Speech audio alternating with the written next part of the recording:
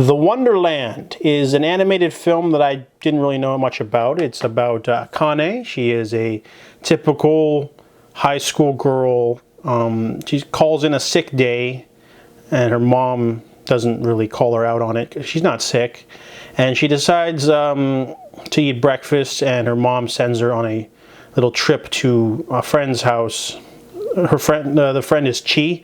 She is a sort of not rude, but she's very blunt. She's a blunt old woman who has to give her a gift.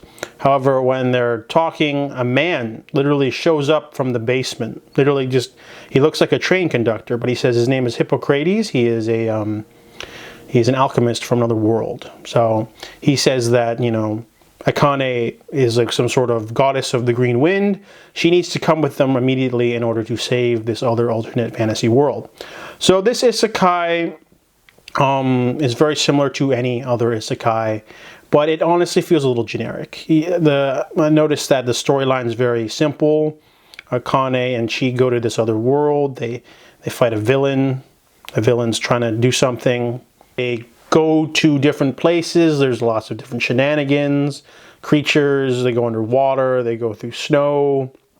There's not much of a story. I think the thing to take away from this movie is that it has absolutely gorgeous animation. Like literally, there's a scene where the villain goes into a bar, demands something. The bartender says no.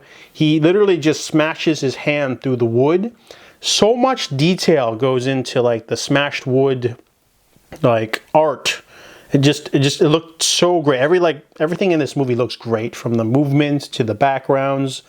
It looks absolutely gorgeous on a visual level. Story-wise, it doesn't have any charm or any magic, you know. There are talking, walking cats in this. There's, you know, not a lot going on in terms of like conflict, you know. Like the Hippocrates, he's the master alchemist. You don't get to see him do anything with his magic because he spends a large chunk of the movie sidelined. And then, you know, there's a pretty interesting plot. Not an interesting plot. Yeah, basically it's just a go from point A to point B kind of story. And, you know, it's a full 2 hours long. It doesn't feel like it needs to be that long. The movie could have, you know, done another pass with the story, I think. But overall, though, it's a very underwhelming, even though it's gorgeously animated. The movie doesn't have much to go on in terms of character development or wonder or excitement, really. So the Wonderland, well animated, not much going on. I give it a 5 out of 10.